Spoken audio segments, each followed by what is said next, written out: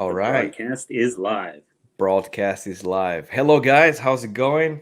Welcome to another live chat. Today we have Mike. I've been wanting to get Mike here for a while. I think we started talking late last year and then we both got busy and it never happened. So now we're here, 2022, and we're making it happen. Mike has a whole lot of experience animating. He's incredibly talented, yet humble. And I cannot wait to hear about his story, his background, how he got here. So welcome, Mike. Thanks a lot for making time. Welcome. All right, I have a question for you first. Go ahead. I just noticed you have a slice of pizza on your hoodie. You I have a do pizza actually. hoodie? I do. No, my wife works for this company that does pizza ovens, and it's the coolest company. Love it. I want a pizza hoodie. I'm just gonna say that right now, and Right? I don't mean any pressure, but I No, mean no, like it's in it's all yeah, good. I actually stole this from her. It's her hoodie, so that's good. It's about time. yeah. But yeah, thanks so much for having me. Yeah, like God, it's Twitter's so weird, man. Like I'm still very new to it. I've been twitting for about a year, and but yeah, like I actually really like the animation community on Twitter. Like Oh, it's great. it's very supportive. It's really energizing, and there's so many tools out there that I never would have found if people weren't developing them and putting them out there and sharing them and getting it out there. So, Amazing. yeah, like I met you through Twitter, and now we can actually see each other. That's Isn't it. And talk life to each great? other. It's great. It's a beautiful thing. Yeah. Hello to everybody that actually is in the chat. As you guys know, as I always say, add your questions for Mike, for myself, and we'll answer them as we go. Thanks to everybody that actually is actually watching this live. Mike, look, I think we're gonna have a lot to talk about. I know you're really passionate about animation, but my very first question is, what is the story of Mike in animation? How did it all started? The passion, you Mm. know, from the very beginning. Um, well, oddly enough, I was like more into VFX when I was a kid. So I actually kind of found animation from special effects. Uh, I'm an old man, but I was way too young when I was watching like Alien and Predator and Right. RoboCop, and my son's gonna watch this and be like, "Why can't I watch these?" But anyway, I saw like every monster movie possible, and I'm just like, "Yeah, monsters are cool." I This is would cool. like to continue to make so special effects, visual effects. That seemed like a way to make money making monsters. So I'm like, yeah, let's do that. Yeah. Then I worked in visual effects for a bit, and you know, stability isn't the thing that people talk about as like a strong point of VFX. So I was dating my wife at the time. You know, we were like, we're both animators, so it was like it would kind of make sense if one of us had a job where we weren't like constantly, project to project. So Yeah. um, not that I made this happen, but I was fortunate that DreamWorks was dumb enough to hire me around that time. But Great. that's kind of how everything happened. I got into visual effects. I actually got into games first. Then I got into visual effects, and I did really like the acting parts of VFX a lot more. I got really lucky that Tippett almost always does like character work, so it's more character animation than some of VFX's vehicles and vines and stuff. Yeah, they're a So, great studio. They are awesome studio. Yeah.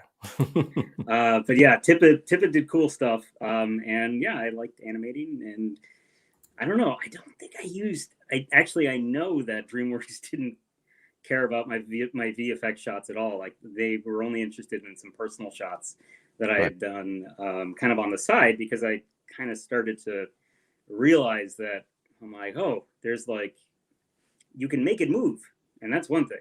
Yeah. You can make it move realistically or appealing or both.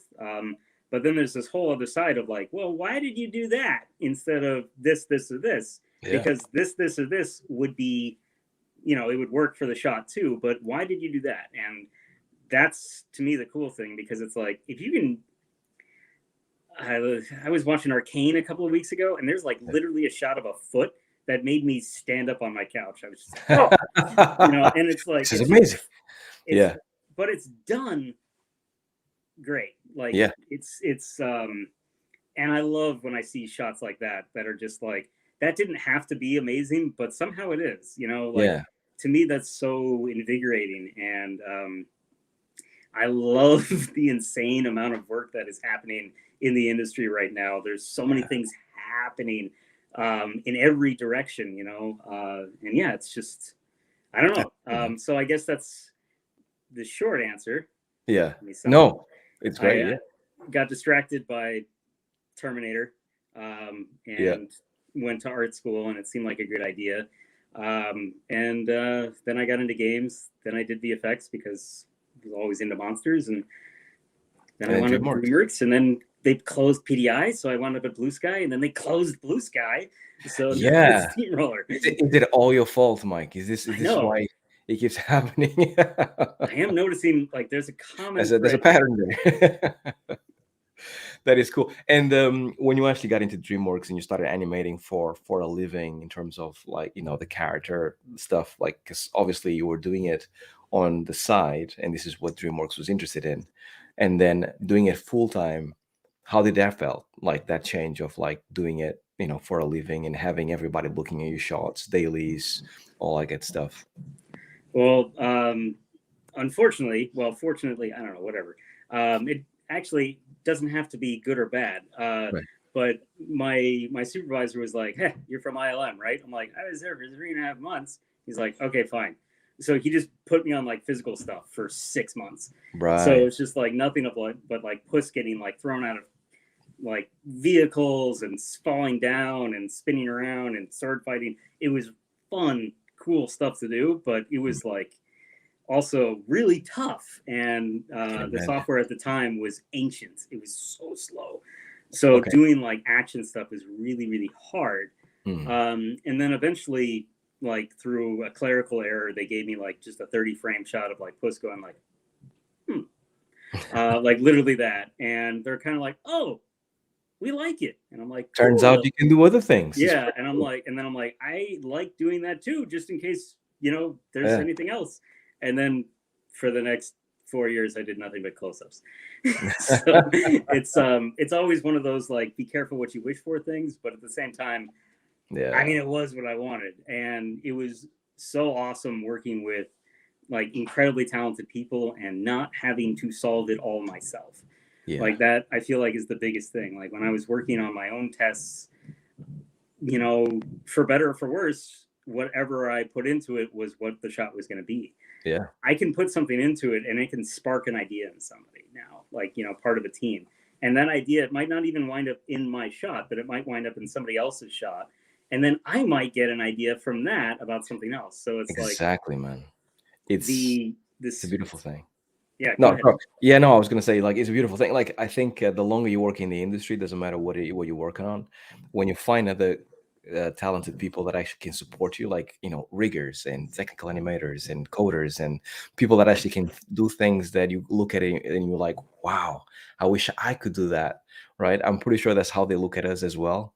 But then when you actually work in conjunction with them, just like take my animation and put sound on it, and now my animation is super cool, and VFX and all this stuff, all of a sudden it just feels like it's magic. Like, even though you're working in it and you know what's going on, it just feels like you don't really quite understand how the end project can be so cool, right? Even though you do know, it's a weird, I don't know if you feel the same way, but I feel like it's weird sometimes I'm like, wow, how do we make this happen? Dude, I mean, I like, one of the things I like working on a movie is you see how the sausage is made, Yeah. which is good and bad. It's bad if you want to enjoy it, but it's good if you want to appreciate it. Yeah. And one thing that is so cool about working at a big studio with a lot of talent like that is, when you get to a point where you can surprise somebody and you're just like, ah, I surprised, the guy that's been working at Blue Sky for 20 years or something. That's it. And like that's amazing when you get to do it, and it happens like once. But Yeah. that kind of spark, like that's what you really need to push for. You need to really push for Yeah. the huh, I didn't expect that, but Yeah. it works, and maybe it's better. Yeah. Like Smart that's like, guy. yeah, Right. Yeah, exactly. Yeah. Yeah. When certain people that have so much experience have seen it all, right? sometimes it is difficult for you to go like, here's a cool animation, because they've seen so many cool animations that it's just like, yeah, is yet another. So whenever they see something special, like, yeah, we should pat ourselves in the back a little bit about, that was pretty cool. Yeah, I am probably the worst at this as anybody I know, but Yeah. I do like it. You know, there was a pandemic. There is a pandemic. You know, we've been working remote for 2+ years. Yeah. And like, you know, we're missing those moments of camaraderie, those moments of spontaneity. But at Agree. the same time, it's like, you know, I get to work with my family, which is great. Yeah. And I actually really like getting ideas from my family. Nice. Like my wife's an animator too, so I can be like, I'm gonna make a locator, and she'll be like, what? No. But like also I can show my kid, be like, hey, what do you think? And be like, why is that slow? I'm like, Uh-oh. or he'll be like, why is that falling through the ceiling? I'm like, I don't know. It's, you know, I That's can't tell it. you. Best Yeah, critic. like Best critic. that's but I mean, like, it's cool. And sometimes you can discuss something with him and he'll say something totally like that unexpected, and you're like, you know what? I'm gonna That's talk pretty about that with cool. my supervisor. And then like that conversation turns into something and it winds up in the movie. Like, who knows? That is so cool. That is so cool. Yeah. Yeah, no, this times like everything has changed, but you have to make the best of what you have. And I agree. Like I enjoy working. Just the fact that I can actually just go outside and just give my daughter a hug. You know what I mean? At any point during the day, which is something that I couldn't do before. Is something you kind of I got used to it now because it's been like 2 or 3 years. But in the beginning, it was amazing. I was just like, this is gonna run out at some point. But so far, so good. Yeah. I don't Yeah. know if it's gonna run out. Yeah. I think it's up to the industry. Like I think Yeah. if enough people want to be remote, we're I yeah. I think personally think that this is the future. This is how it should be. There's no reason for it not to be. As an animator, I feel like there's all the reasons for us to keep on going this way. Plus, like I think we all know animators from parts of the world that don't have as much as Europeans or Americans, right? Like and they have incredible amount of talent. And this way, they have access to work in studios like DreamWorks, like Pixar and things like that. And I think that's a beautiful thing. I think that's really, really cool. Yeah, I see. I mean, the only downside is, well, it's different too if you're 20 years old. Like I'm 40, so it's Yeah. like I don't meet new people anymore. I There make people if I want to meet somebody. So it was weird. This is why it shouldn't be I live. understood. Anyway, like it would be really tough to be 25 years old, like, and sitting alone in my room thinking, "This is good," or like, how, you know. Yeah. So that's the one, like, mentorship and like that Mhm. kind of rapport and collaboration. That's the only thing, but I feel like that's because our video, like, our tools to collaborate right now are so two-dimensional and crappy. Like the Yeah. wall behind me, like I put a whiteboard on that a lot, and like just even just standing up and drawing and talking through stuff with somebody else, like there's better ways to collaborate than Zoom. Let's just Oh, put for it that way. sure, for sure. I do think that there's a downside to actually to all this because for example, in my team, I have people like I have my family, right? So you kind of go, we're alone, but we're not really alone, right? Because you have your family and all that stuff, eat your gang. But yeah, people that are completely 100% alone and spend the 8 hours working in a job, and then in the evening and the whole week goes past, they haven't met anybody else. Maybe they meet someone in the weekend, maybe they don't. It's kind of tough. However, I think that tools like Discord and all these other things, I think that I definitely bring people more together.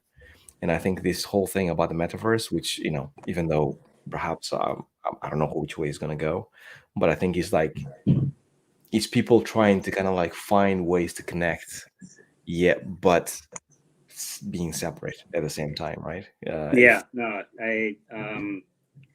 that is, I mean, it's the metaverse. God, I'm not sure if I like that word. Let's put it that way. Yeah. But like, it's going to be something that needs animators, big Oh, time. 100%, 100%. And like something like that is something that is just like, even 100 years ago, you know, like that was such a bizarre concept. Like you Oh, could not imagine somebody living inside a virtual computer generated world.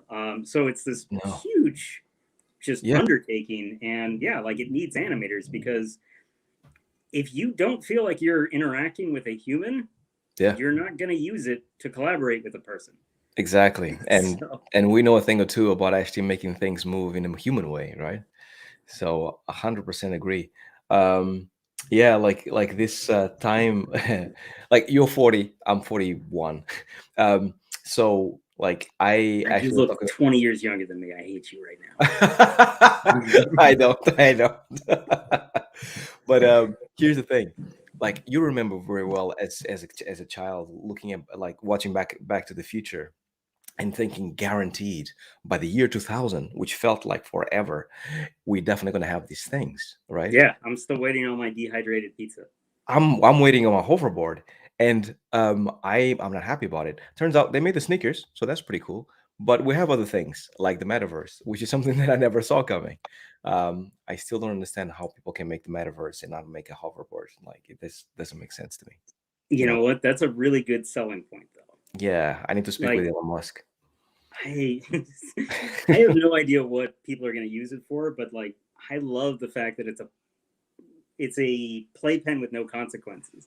Yes, Uh, exactly. like I tweeted some guy putting a potato on a drill and then peeling it, and Yes. God, I love talking about tweets in quote unquote real life. But yeah, the fact that you can play around in this digital environment with no consequences Yep. is so cool. It's the holodeck. Yeah. And then you can meet up and you can play tennis. You can That's go it. rob a bank. Yeah. You know, like who knows? You can meet up with your friends. Like I think 100%. it's gonna be something. Well, Um, you people know want what? it. Well, exactly. People want it now more than ever, right? So I do think it's going to be something. I just don't know what it's going to be in the end. I don't think it's going to be that Zuckerberg thing, but I think it's going to be something else. And that something else is going to be organic. It's going to be like the internet, right? Like, I don't think the guy that actually created the internet, the British guy that created the internet, expected all these things to come out of it. I think that he probably thought of it as a way of communicating and sending emails, perhaps, in messages and IRC. I remember IRC, just like groups that could I actually teleport remember each other. BDS. I Exactly. Yeah, Yeah, Winamp. everyone We is listen to like, music. So yeah. Anyways, I digress, Mike. This is all about you having way too much fun. So here's the thing. I really want to talk to you about Blue Sky because I think just myself, as most of the industry, feels really sad that Scrat is no longer around, and Blue Sky, so much talent, is no longer around, and competition is always good for animation and pushes the medium forward. And I feel like with Blue Sky kind of dying, like a bright star kind of died as well. So, like, first and foremost, like, how many movies did you work at Blue Sky? What kind of IPs were you working on? And then, lastly, how do you feel about Blue Sky kind of just going away? um, well, I'll start with the last one first. Sure. Well, I was there from 2015 to the end, and I Right. worked on all the films after Peanuts. I After don't what? remember which ones. No, it's fine. After what? After what? Sorry. After Peanuts. After Peanuts. Okay. So I really wish I had worked on Peanuts, because like I'm I think I'm more drawn to naturalism. Yeah. So I think it would have been really good for me to go on to Peanuts and be like, nope, nope, nope, nope, nope. You don't get in Yeah. betweens. Right. It So was yeah, really that cool would have though. been cool. But Yeah. Blue Sky really was an amazing place. Like Yeah. I don't know how to describe it, because it was a big studio. It was 400 some odd people, Yeah. 450 I think. But there were so many things about it that made it feel small, and for good and bad. But yeah, so I don't know. It was definitely a place that will never exist again, Uh, and that makes me extremely sad, uh, because it was definitely a special place, and I'm glad that I got to experience it. But like, we had so much more to give. right. We had so much more to do. Like, we were really making big strides, and Oh no. So Yeah, I mean, know that this is confidential and you probably cannot talk about it. So you're telling me that there was a ramp up to something special and it was kind of cut off too soon? Is that it? yeah. Like we were growing a lot of new tech. Let's put it that way. Right, right. And with growing that new tech comes unexpected problems. Yeah. Um, and we definitely had that, but we were turning the corner and we were getting through it. Right. And the movie that we were working on was good, Oh which my doesn't God. happen a lot. Yeah, yeah, yeah. It looked appealing. We had an awesome art director. We had great technical people. Like the rigs were really, really good. That's It cool. was, yeah. So Oh man. Shame. whenever yeah, like as sad as it is to lose Blue Sky, and don't like that was a truly special place that I hope people will go out into the world and Yeah. bring a little bit of that, like the good of the culture that we had at Blue Sky into wherever else To anybody other goes. places. Yeah, of course. But Yeah. I don't know. It's just tough because it's like we Ah, it really felt like everybody was working on something special and we didn't get a chance to didn't do get it. a chance So to. Yeah. Yeah, that like that sucks big time, man. I've been there in game studios that actually were working something amazing and got like, just shut down. yeah, And when things feel really good and you feel like a family, it hurts most because you're forced to not only leave the work, but also your friends and the people that you work with and people that you respect and look up to and things like that. And it's horrible, man. yeah. The hardest part was the fact that we knew that we would never be in a room together again. You know, Exactly. because like it all happened. We got shut down over Zoom. Over Zoom because it was during the pandemic, of course. Yeah, yeah, Yeah. yeah. So yeah. Wow. That's So like horrible. a lot of people have been able to stay in the area because there is a lot of remote work. Right. So that's been good. And like at least some of us are staying in touch and everything. But yeah, it's really hard that there's people that I will never see again because they've moved out of the country. Of course. And yeah, Yeah. because like when a studio closes and you're on a visa, that's what happens. Yeah, exactly. Exactly. It doesn't get renewed and you have to actually move away.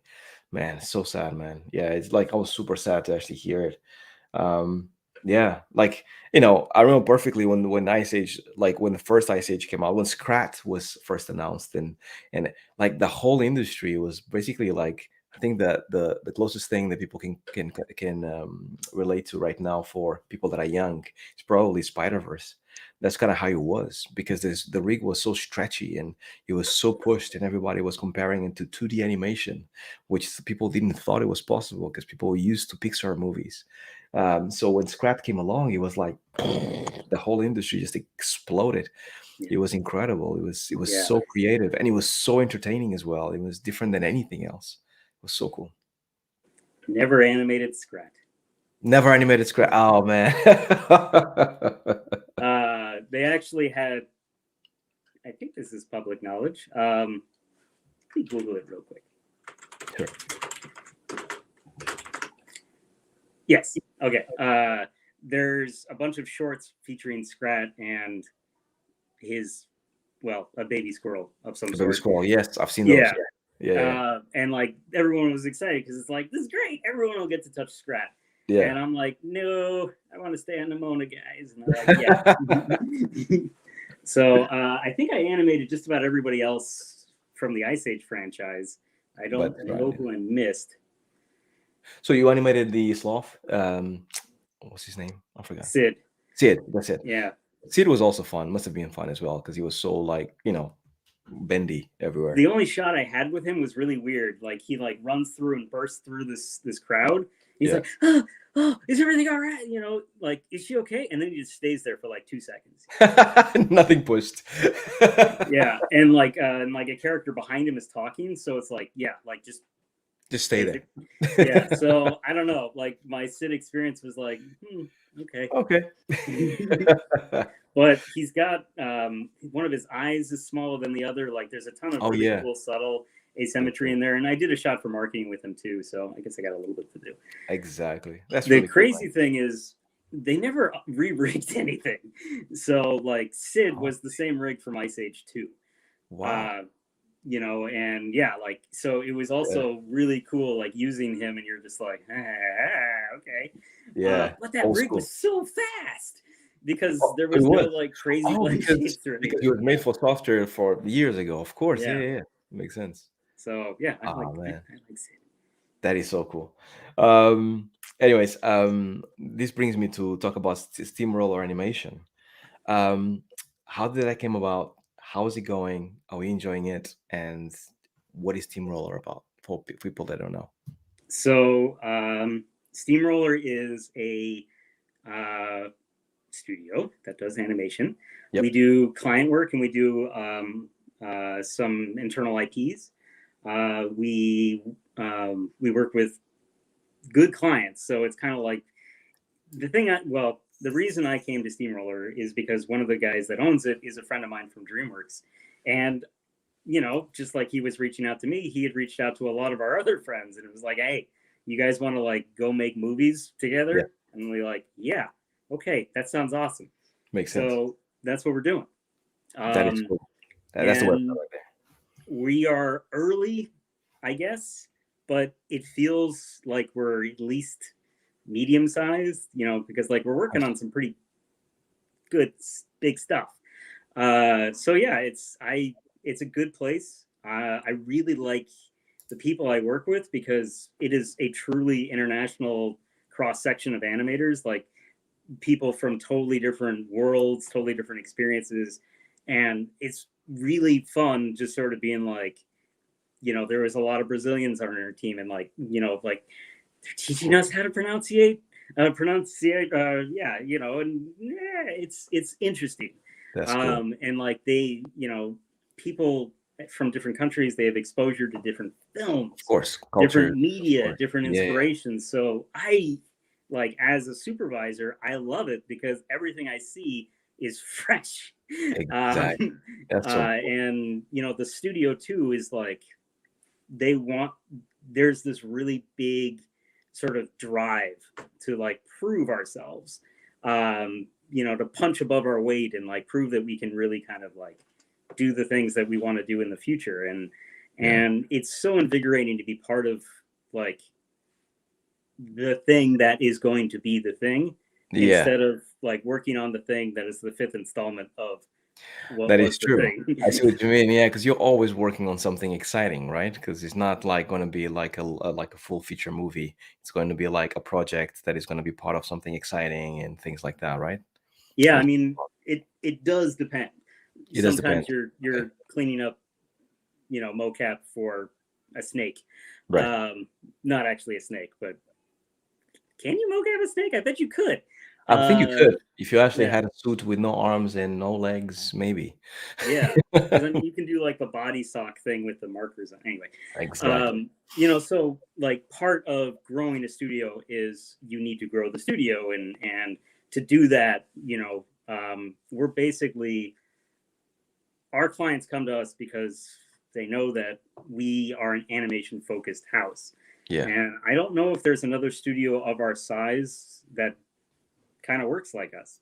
Yeah. We have a reputation, especially in games and now in visual effects, of being just a random amount of animators that you can call up, and we'll go on your project. We will be self-sufficient, or we'll fold into your ecosystem, however you want to do it, and we will make awesome stuff for you, and you will hire us again because we made really awesome Because stuff. we are that good. Exactly. And the cool thing is too, it's like, I think we have like 70 animators or something. Right now, we don't really have that many people working on our IPs because we're trying to like load them up. Yeah, And yeah, like the future of the studio will be telling our own stories and helping other people tell their stories. that's And cool. yeah, it's a really exciting place to work. Yeah, Yeah, I recognize some of the games that you guys have worked on, and yeah, some of them are like super high, kind of like AAA studio stuff, and it must have been incredibly enjoyable.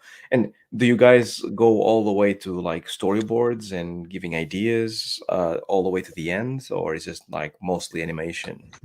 yeah. I mean, we have some really good story people in house. Yeah, So like we can basically do whatever you need, which I like. We're pretty flexible too. Like that's a big advantage. Yeah. You know, so it's like if you need somebody to do previs and you have an extra animator, you know, if they have an interest in previs, you might be able to kind of pull from there. So Right. that's been really, really good because that means you don't have any downtime. You're always helping something. But yeah, I work on the VFX side of things, I guess. Like I'm working with one of the studio's clients right now. This is our second project with them. It seems to be going good. Yeah, like it's interesting because like right now I'm folded, like the whole team is folded into that studio's ecosystem. So like that's one of the cool things about working remote. Like you can literally just, it's like you're right there. Like you have their pipeline, their tools, everything. And Steamroller has a really flexible and strong pipeline too. So if there's ever anything that kind of needs, we have smart people and they solve it. Sort it out, right? Exactly. It's great because it's like a lot of times you're like, I don't know how we're going to do this. This is going to be really expensive. We're not going to get the money, blah, blah, blah, blah, blah. And then someone's like, yeah, no, I did it already. It's fine. Yeah. I've done this before. That's really cool. Here's the thing, Mike. People I've been kind of like asking stuff, which is really cool, asking you specific questions. And I want to like bring some of the questions up, if that's okay. Sure. Make sure that you share your knowledge.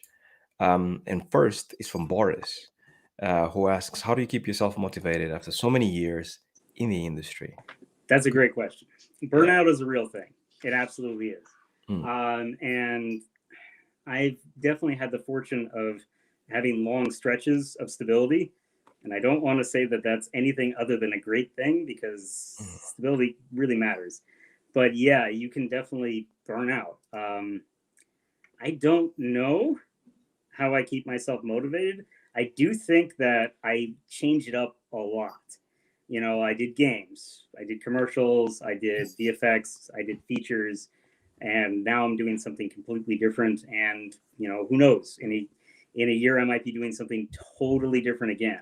So I definitely, you know, I definitely like to keep myself challenged beyond animation too. You know, I kind of like to have like longer term goals that I'm kind of working with, and that motivates me too. But unfortunately, the answer is just burnout is real and it's personal. And what works for me may not work for you. You know, like I used to love video games, but now when I play video games, it feels like work because I'm just pressing buttons to make something move. This is literally what I do at work. So you know, I don't know. And yeah, like different things are going to work for you at different stages of your life too.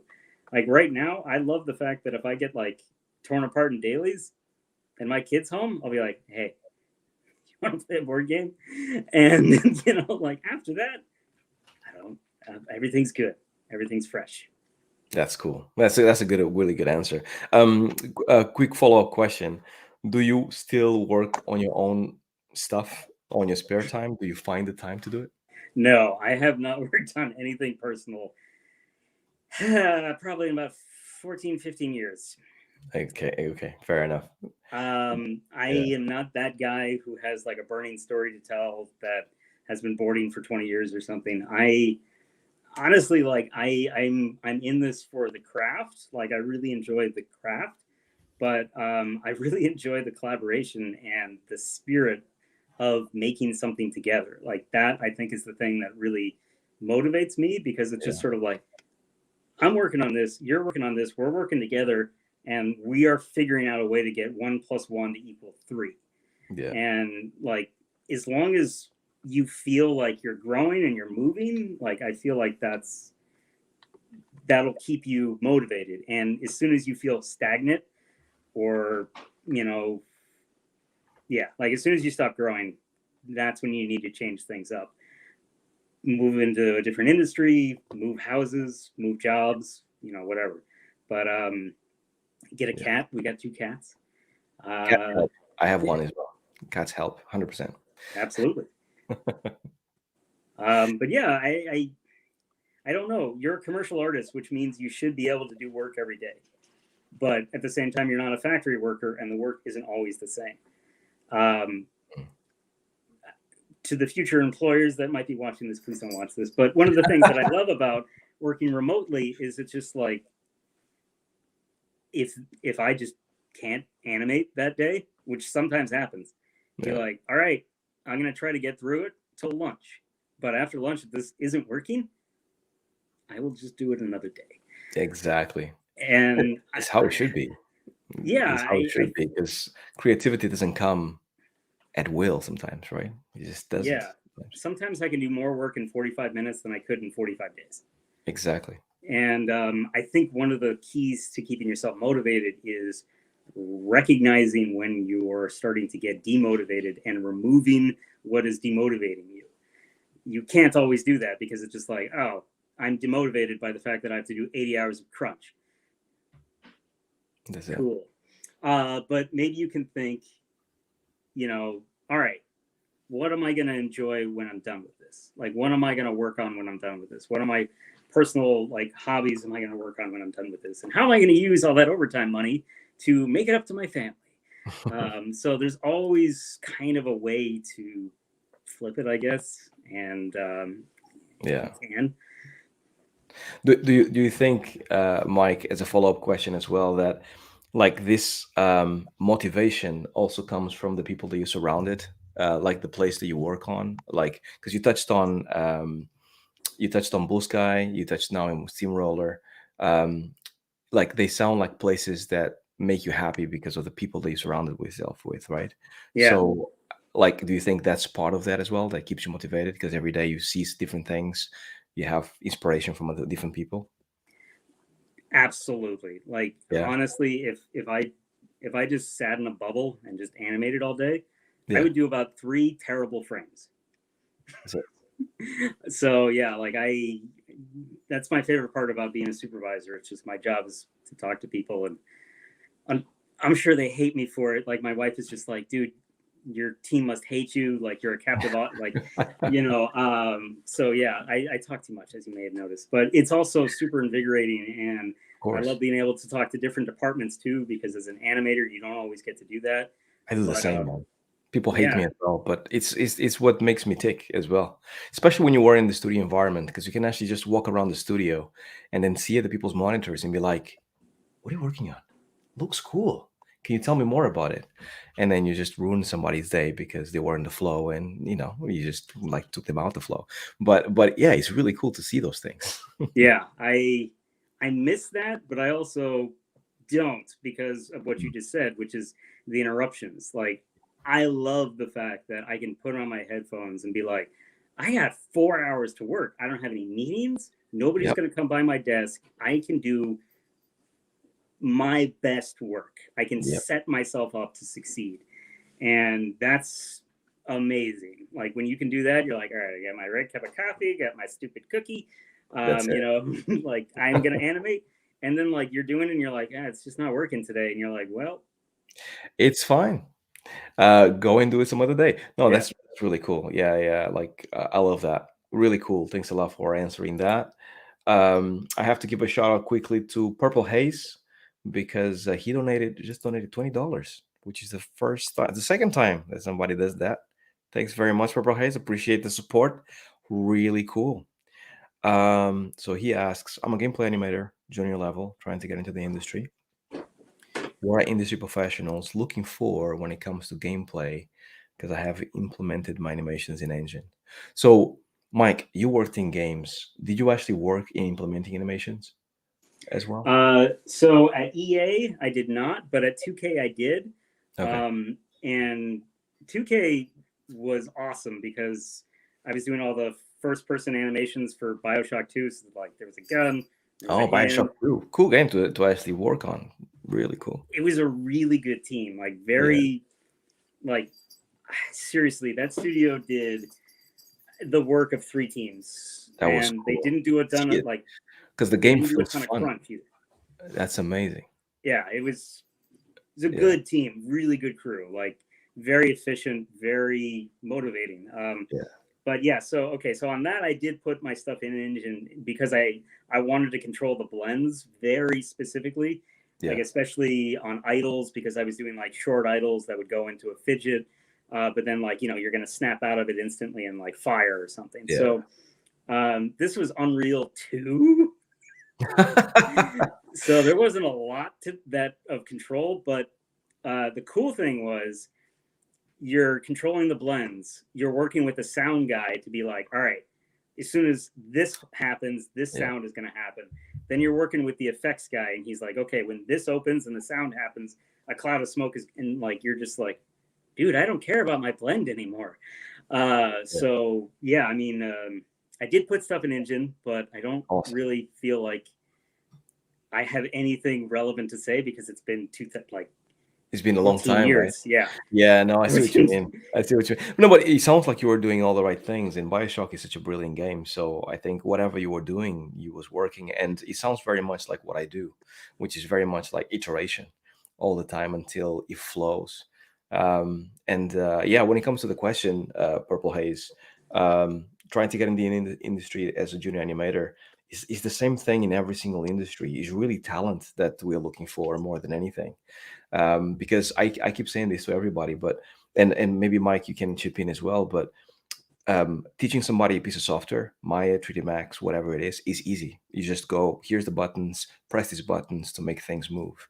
But finding talent, finding people that are actually kind of like sit down on the piece of chair in a chair and create and think outside the box, that is the stuff that is difficult. And people like myself that are constantly hiring people, that's what we're looking for, because even if you're just a junior animator and we can see a little bit of talent, that spark, that thing that makes us feel like this guy is going to be really great in a few years from now, I much rather hire somebody like that than somebody that is kind of average and he's been in the industry for a long time, because I can actually work with that talent. Amazing. I can actually live. He knew. Yeah. I can actually work with that talent in order to basically, push you forward and get your ideas and motivate you and make sure that you actually go places. So that's basically what we're looking for. And the way you showcase that talent is by doing a keycast showreel. Because your showreel can tell you a lot of things, can tell the employers a lot of things. If you do a really good one, you can show personality, you can show the things that you're passionate about, you can show how good you are at animation, what kind of games do you like, you know what I mean, like what kind of genres of games do you like. So all those things, make sure that those things are true in your show reel, because if they are, then somebody like myself will look at it and be like, you know what, this was different from other show reels that I've seen. They just tick boxes. I want to speak with this guy or girl to see what they're about, right? And then you're going to be off to the races at that point. Yeah, and from personal experience, that's how I started at DreamWorks. Like I didn't show any professional work. I just showed literally 2 acting tests. I think my reel was less than 25 seconds. It was a close up and like a wider shot. And oh, you know what? I lied. I think I had one shot from Tippett on there, but I don't think they cared about it. The VFX shot. So I mean, like, yeah, I mean, around that around that time I interviewed at Pixar too, and they literally said, "We don't want to talk about the rest of your reel. We just want to talk about this shot." Those We two want shots, right? no, like one. Just They're like, we one. don't even like the other one. They're like, this one, we like this one. I'm like, Tell us more okay. And about they're it, like, right? tell us why we like it. And I'm like, I don't know. So I did not get hired. But Yeah. I guess they were like, you did something good. Was it a fluke? Did you know you did What it? was it? Exactly. Yeah. Do you know that you did it? Was it you? I still watch that animation. I'm like, what the fuck did Yeah. well, all right, there's one. What did I do right that I've never been able to do again, I guess. I Yeah. don't know. Yeah. But Completely. yeah, like anyway, I 100% agree with you. Like when I'm looking at reels, I want to see 2 shots total. Yeah. And they need to be totally different. Like Yeah. and show me some range and make me want to see more. That's it. Exactly. Exactly. Like the curiosity of it all is what matters most, because like we like to be entertained as well, right? And like we animators entertain other people. And if you manage to entertain an animator with your animations, right? It means that you are in a good place. You're going to be in a place that people will be like, you know what, this guy speaks my language. I want to speak with this person to find out more about them. So that's really cool. And I think you touched on something very, very, very important, Mike, about um, what was it about? Sorry, just escaped my mind. Um, Range, two different types of shots. No. no, it was basically oh, my mind just went blank for a No, second. you had it. You had it. I had it, and in my mind it was important, but it must have been not so important because you left. If I remember, I'll come back to it. Yeah. But yeah, I completely agree, Mike. I think seeing show reels and kind of being interested about it is really cool, because you also have to understand, Purple Haze, that most of the show reels look kind of the same after you go through hundreds and hundreds of show reels. Everybody kind of like looks the same. If it's a gameplay a show reel, it's like they have a walk, they have a run, they have a combat scene, and it's all the same thing. And it doesn't it's not to say that those things are not important. It's just that if you're going to showcase those things, showcase them in a creative way, right? Don't just make a walk that has intention. Where is he going, right? Where is he coming from? Things like that. So yeah, that's basically what I can say. I hope that helps. Okay, cool. Thanks once again for the support. Appreciate it. Yeah, Okay, I Mike. wish I had more insight into games. I don't know. Steamroller does a lot of game stuff, but I haven't been on one yet, so Yeah, sorry. exactly. That's fine. Um, I think we have another another question by K Animation, and he asks, "Hey, Mike, you said you worked in many different types of animation, like VFX. Does going to different types of animation help you innovate and bring new workflows to feature animation?" Absolutely. I mean, yes, 2000%. Yeah. Especially me, because I like buttons. Like, I literally have two of these. What is that? Actually, somebody actually said, "Is this what?" Somebody actually kind of like evil genius keyboard. Is that it? No, it's not. Can I turn this camera around? Probably not. Can you guys see my desk? Oh man, that looks like something straight out of the future. Yeah, they're called X keys. They're just programmable keyboards. X keys. They Oh, bought that's so they cool. bought us them at Blue Sky after 4 years of me campaigning for them. So Disney didn't want them back. So shit. So you kind of keep them, right? I'm gonna get sued, aren't I? Damn it! I bought these with my own money. Yeah, and somebody is gonna be like, "Oh, that's the thing." Yeah, I'm in trouble now. We've been looking for that stuff for years now. Anyway, sorry Go to ahead. sidetrack, but yeah, like I came to DreamWorks as a visual effects animator, and I came to visual effects as a game animator, and I came to game animation as a commercial animator. So you are always adapting. You are always changing your workflow, and you are always basically trying to kind of fit. But the thing is, that can go two different ways. It can sort of feel like you're never on the same page, like you just don't line up, and that is difficult. And you kind of have to like learn. Like usually, what I wind up doing is find somebody that just for whatever reason their notes make sense or they're having success, Yeah. and just bother them and be like, hey, the director really liked your such and such shot. I really thought that it was a great example of blah blah blah blah blah. Can you kind of tell me like how you got to that result? And Yeah. if you ask a DreamWorks animator, a Blue Sky animator, and a Disney animator and a Pixar animator, you're gonna get a different answer. Like workflow, reference, planning, like whatever. Your whole strategy to do that shot is totally different.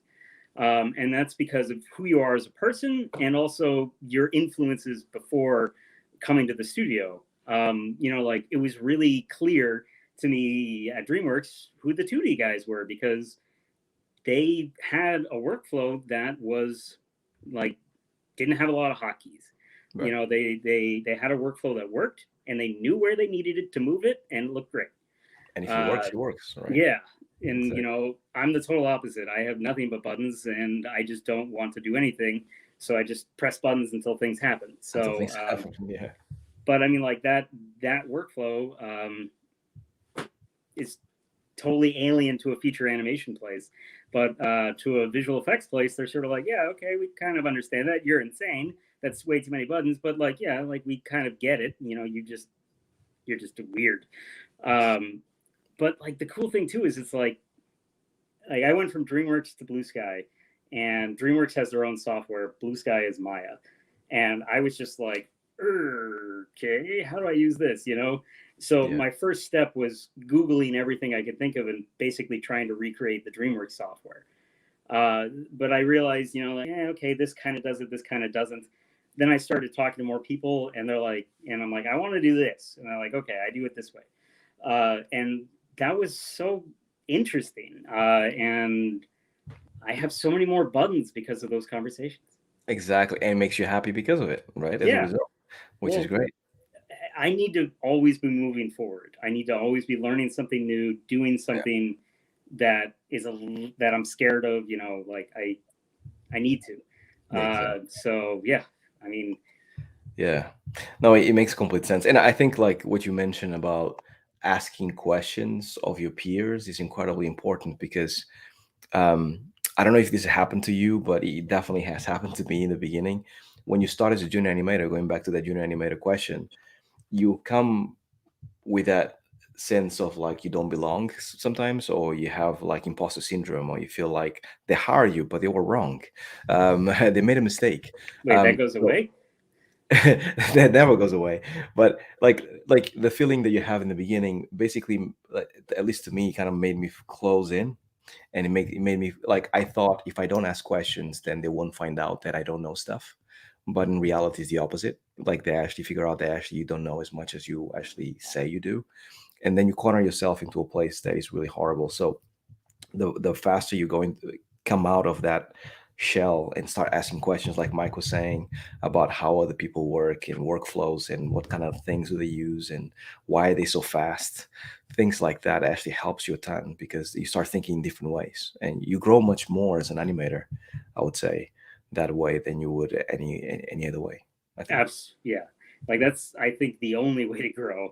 Yeah. Just trying different things and talking to different people, because you can look. We all know that. Actually, I don't know the 12 principles of animation, but we all know there's 12, right? But like obviously knowing them isn't enough. Mm, I would say I totally agree with you. Asking questions is crucial, right. but it's also it's as much about your question as it is their answer. True. Very true. So, well, tell me your thoughts on that.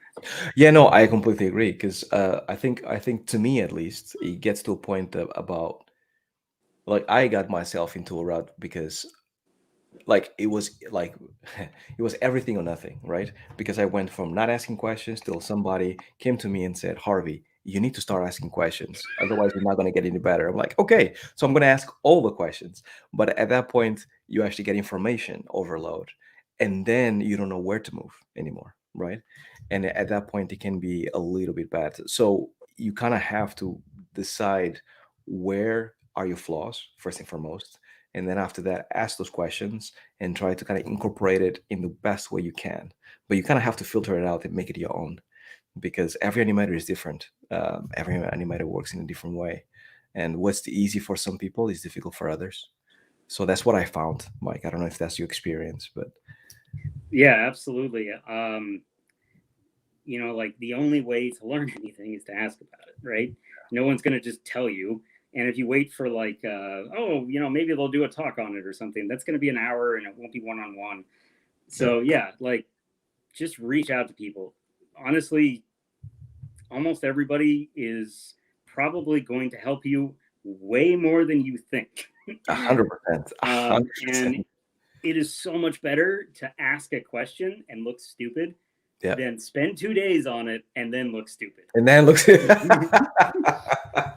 Yes, agree. Wise So words. Wise yeah, words. but the big thing too though is it's like appreciate the time of the people that you're taking. Like when I was at DreamWorks, for example, I had a guy for everything. I'm like, my lip sync sucks. All right, I'll go to this guy. To the lip I sync. need to figure out how to do like this technical constraint. All right, I'll go to that guy. That way you're not overwhelming one person, and that Yeah, way you're also sort of like you're like, You're not like, hey, I'm a junior animator. You're really good. How'd you do that?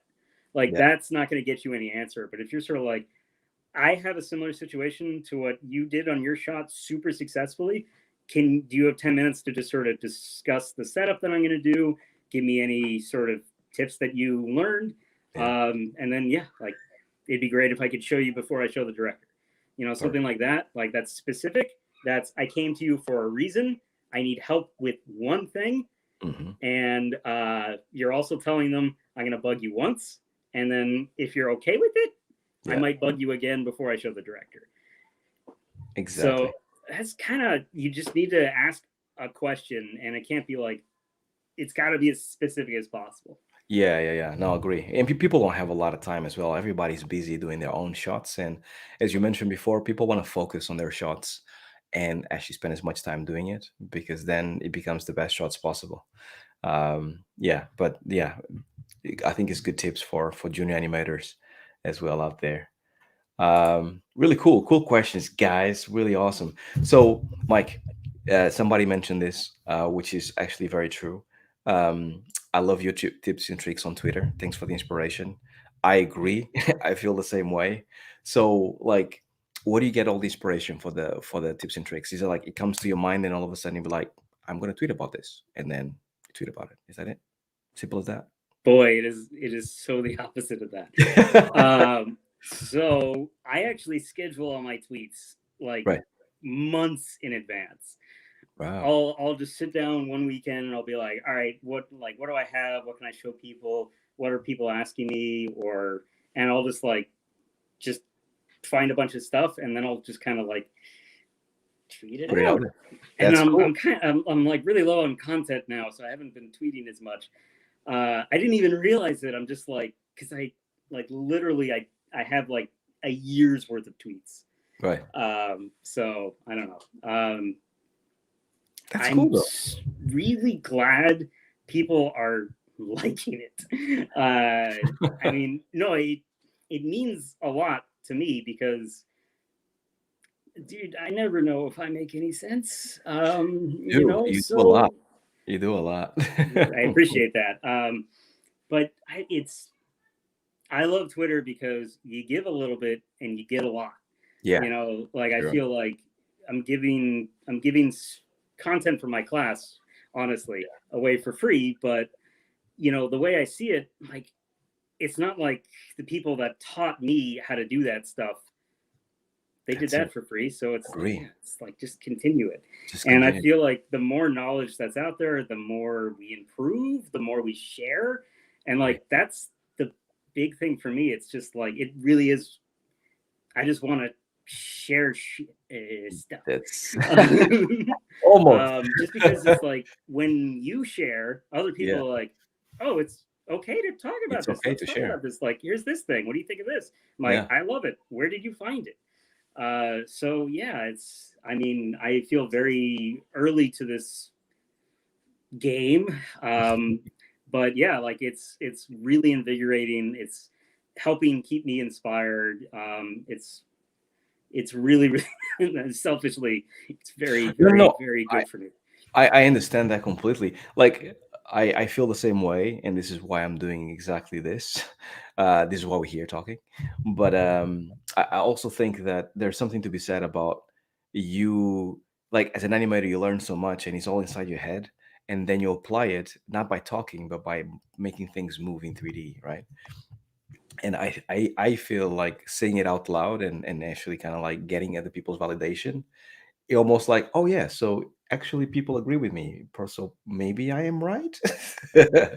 And it just gives you validation on the things that you have in your head and ideas and theories and workflows that you learn from others and things like that.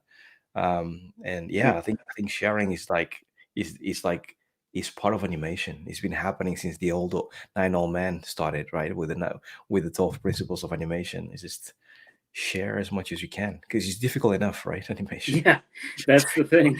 This is hard. Why don't Yeah, we at least, I mean, not enough talk about the struggle in general. yeah, Animation is never easy. If anybody ever tells you animation is easy, they're lying. yeah, they're 100%. a liar, and they're probably trying to sell you something. Watch out. Yeah. Uh, I don't know. The cool thing about Twitter, we're just looking for ways to connect to people, right? Yeah. Like we're all sitting on our underwear, animating on something, and why can't we just kind of talk about it together a little bit? Like, I love the fact that you reached out to me. I love the fact that I'm getting to talk to somebody that I would never talk to in another way, because you're in London Exactly. and I'm in Yeah. Connecticut, and I'm Exactly. not. And we're across the world. Like Yeah, you're in the US. I'm in Edinburgh, in Scotland. So this would never happen otherwise. weirdly enough, my sister went to college at St. Andrews. Oh, nice. That's Yeah, great. so I've been to Scotland once. It was awesome. Edinburgh? Uh, Wherever St. Andrews is, so probably St. Andrews. I actually don't know where St. Andrews is. But I It's heard of like it. an amazing golf course. Yeah, I heard of it. Yeah, It's a exactly. beautiful town. It is a small town, and Yeah. basically it is a college. But yeah, I recommend. Cool. That's cool. Yeah, no, but it's really cool that we actually get to talk this way because I really enjoy these live chats and exactly for that reason because I get to meet people that I admire, people that I actually think that are really good at what they do, and then we get to hang out, and then you realize that they're just regular people like everybody else instead of just being like a name on Twitter or a name on a website that makes you feel like wow, I'll never be able to get there. So Uh, this is a terrible story to end it on, but I'm not going to say who, and I'm not going to say one studio, but sure. I went to the bathroom at a studio, and somebody was having a hard time in there, and they walked out, and they were a famous animator, and Right. it was a really, in a weird way, it was like, oh, People are okay, normal. yeah, like Well, we're all this, humans. yeah, we're all the same, Right. and like that's the thing. The more we share and talk, we realize I have insecurity, you have insecurity. Why are we making ourselves more insecure? Like, let's think about a 100. way to do this in a different way. 100. And that moves the industry forward. And yeah, man, the industry has changed so much in the time that I've been in it. Yeah, I really want to know what it's going to be doing the next 20 years, but me too. I'm really excited about where it is right now. Oh, so Not great. that there's warts, some serious Yeah, warts. But yeah, I think that there's so much work happening at such a high quality yeah, that it's amazing. yeah, exactly. I mean, it used to be that TV had like the lowest quality, but Arcane is kind of showcasing like the opposite, right? So like it's just not that. So I really think that we are entering this new phase of animation, and there's so much creativity, and it reminds me of the '90s, late '90s, when Pixar came into the game, and everybody was like scratching their heads, but then everybody started making things interesting again. It's kind of like the same thing all over again. It just feels like that the new era coming, and I'm just glad that we are in it at this point. Having said that, like you said about everybody struggles, everybody's the same. Um, a lot of people think that because we already in the industry, different industries, but already professionals in the industry, that sometimes it feels very much like it was maybe easier or like we don't talk about the struggle so much. And this is why these chats are so important because we all struggled to get here one way or the other. And yeah, like what you mentioned before about you going from games to VFX to film because you were looking for the perfect place for you to stay. I think it's part of the journey, right? Of being an animator, finding your niche, finding the thing that you will like. We all have creative needs, so it's yeah, it just becomes a journey more than anything. Yeah, I feel like the best asset an animator can have is resilience. Resilience. Uh, but beyond that, just I don't know, because I thought of the word resilience and then I got distracted. Well, I agree. I'll take that. I'll take that. All right. No, Uh, yeah, I think resilience is an important one because yeah, it's not for the faint-hearted, right? yeah, I mean, I would say 90% of my day is thinking some version of, whoo, how am I going to do this? And yeah, that I try to put some of that on into the Twitter stuff. Like I try to show bad blocking passes and Yeah, like ideas that didn't get thrown out, or because I really I don't like the cooking show style of animation. You show your reference, you show blocking that's on 2s, and Here's then the you fun. show it rendered. Yeah. And Yeah, it's just sort of like, no, I was there when you were doing that. That went all kinds of around. exactly. You had a lot of notes on that one. Yeah. So, yeah, and I don't know. I wish that we talked about the struggle more. I Yeah, really yeah. did. I remember somebody telling me that at Pixar, everybody closes the doors when they're splining because they don't want people to see their in progress stuff. Wow. And like Yeah. somebody told me that, and I'm just like, and I was at Tippett at the time, and Tippett was the opposite. Like you showed in dailies every day. Yeah. You're like, this is what I did yesterday. Should I keep doing it, or should I do something else? Yeah. And getting feedback every day and watching really good professionals get feedback every day tells you so much about the process, helps you learn so much about animation and mechanics and stuff. But like the big thing is, it's just like, oh, we all look like idiots 90% of the time. And then we just sort of fix it at the very end. Yeah, completely. And the people that you don't see the mess, they're just hiding it from you. There's very few people that are just made of magic and are just like, yeah, I just do it good, and then I refine it a little bit and it's better. Yeah, exactly. I think Glenn Keane is one of those, but not everybody can actually be that way. Yeah, no, I agree. Oh, you have a story? Go ahead. Well, just it's not a personal story, but like one thing I love about Glenn Keane is he's so good. He needs to shade his drawings. Like he needs to complete his drawings to know if they work. Yeah, that's true. I remember hearing about that from like Beauty and the Beast. He's like charcoaling, like he's doing charcoal for an animation drawing. He's like, it's the only way I know. And I'm like, so yeah, that guy's on a different planet. Yeah, But, you can tell. Yeah, 100%. You can tell when he's actually giving demonstrations that he starts by actually going like, "This is how you animate," and then all of a sudden he loses himself and he just goes, "I'm just gonna have to finish this. I need to see how this kind of like pans out." So he's so good. Dude, that's what amazes me about Baxter. He'll be like, well. yeah, he'll just be drawing, but he'll be talking to you the whole time. Yes, Like, he's I can't even walk straight and chew bubble multitasking. Yeah, exactly. And that guy, he can explain the simplest concept or the most complicated part about animation in a simple way. In a simple that makes way. you go like, I can understand this. I can do this. And yeah, like that's. And the humility of it all as well. Like his humility is like, I'm just a regular guy. And he genuinely believes it. And when you see him, he's like, yeah. But then he's like a genius, just amazing. Oh my God. It's crazy. I don't draw very well, but whatever he does is different than what I do. Oh, 100%. 100%. But one thing I will say is with going back to the ask good questions thing, also make sure that you're asking people that can give you a good answer, because some people can give you a really long answer that sounds smart. And somebody can give you a really brief, precise thing that you can turn into an actionable thing. And I'd say kind of know what you need. If you need big picture stuff, like find somebody that is good at kind of building your knowledge up and helping you with big picture stuff. If you need like noodly refining stuff, like, then absolutely seek out somebody that's great at polish. But realize that great animators are not always great explainers. And I should say like a great explainer for you, because obviously everybody can express themselves. Everybody can communicate to supervisor what they're going to do and everything. But how they actually go about it, that is extremely individual. And if you find somebody that can explain it to you simply in a way that makes sense, never let them go. Like I've worked with one guy at Tippett and at Blue Sky, and now he's at Disney, and I don't have him anymore, and I miss him because I'm just like, he was that guy. He was that guy for you, right? Yeah.